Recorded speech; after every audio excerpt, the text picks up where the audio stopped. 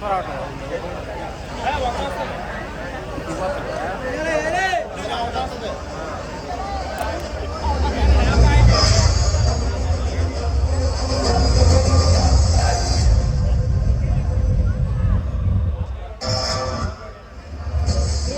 ప్రజలకు ముప్పు తెప్పులు పెడుతున్న నీకు విశ్రాంతి లేదండి. విచిత్రంగా ఉంది సుల్తాన్.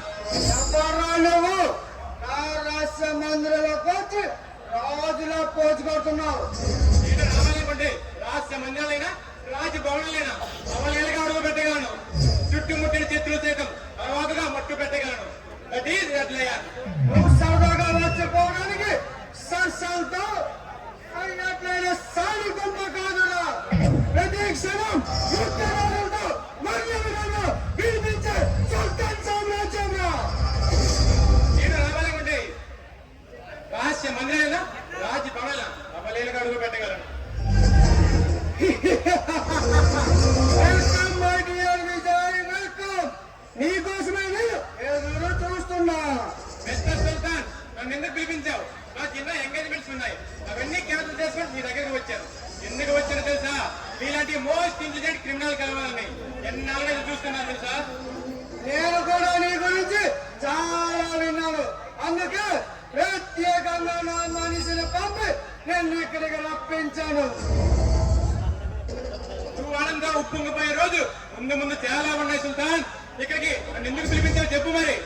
మహాత్మా గాంధీ మ్యూజియం లో బ్రిటిష్ కాలం లాంటి విలువైన వజ్రం ఒకటి ఉంది. దాన్ని నేను పొందాలనుకున్నాను. అందుకే అది నువ్వు సాధించి అప్పగించగలవా? మిస్టర్ సుల్తాన్, నేను తేవాలనుకుంటే మ్యూజియం మధ్యాహ్నం కాదు ఆ ప్రధానమంత్రి పర్సనల్ డెలివరీ పొందగలను. నువ్వు నా తక్కువ అంతా చేసి సుల్తాన్.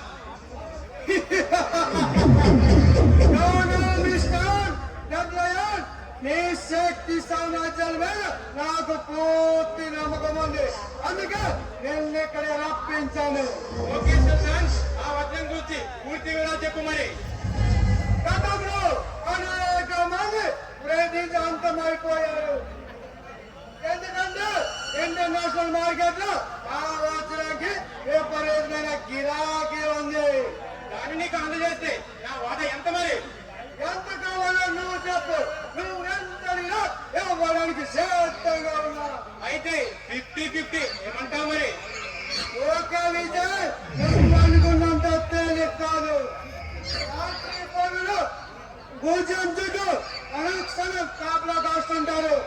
ఏ మాత్రం అనుమానం వచ్చినా వెంటనే కాల్చినట్టు కాల్చి పడేస్తారు. డోంట్ వెరీ సుల్తాన్, పటిష్టమైన కాపలా కాదు. ఆ పరమశివుడు వచ్చి పరాహ కాస్తున్నా సరే ఈ రెడ్ లైన్ ఆ వద్దని అప్పగించగలరు. అంత తేలిగ్గా కాల్చి పడడానికి ఈ రెడ్ లైన్ పెట్టగలరు. పిడుగు వెళ్ళి ఇట్లా మీద పడుతుంది తప్ప పిడుగు మీద పడే అవకాశమే లేదు.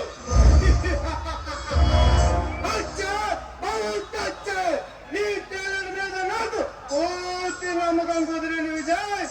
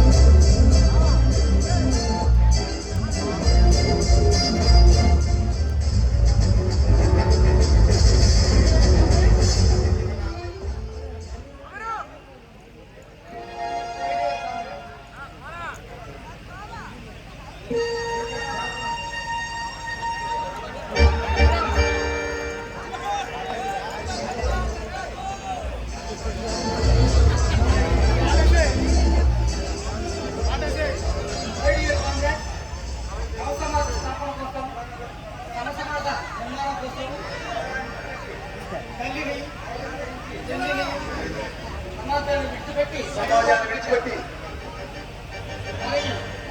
పోరాటంలో అందరం కూడా సమాజానికి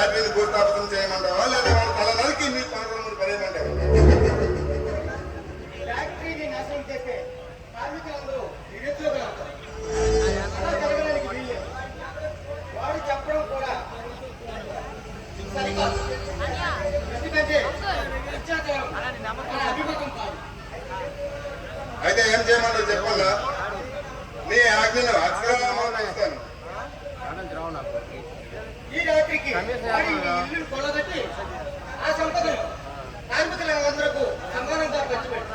ఓకే అన్న, నువ్వు చెప్పిన పని ఈ రాత్రికి పూర్తి చేస్తాం. అలాగే మరో విషయం, చింతపల్లి జమీందారు చేసే దారుణాలు రోజు రోజుకి మితిమీరిపోతున్నాయి. అవునన్నా, వారు చేసిన పని వారి కామదహనానికి రోజుకు ఆడపిల్లల శీలం మంట కలిసిపోతుంది.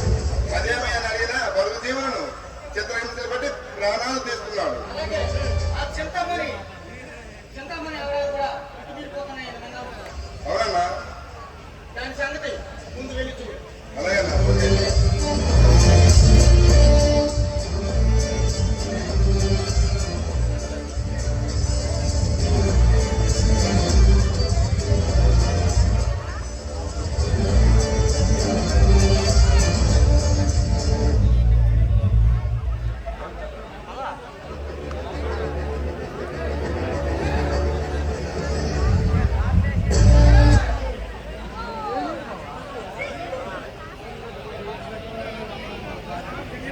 ఆ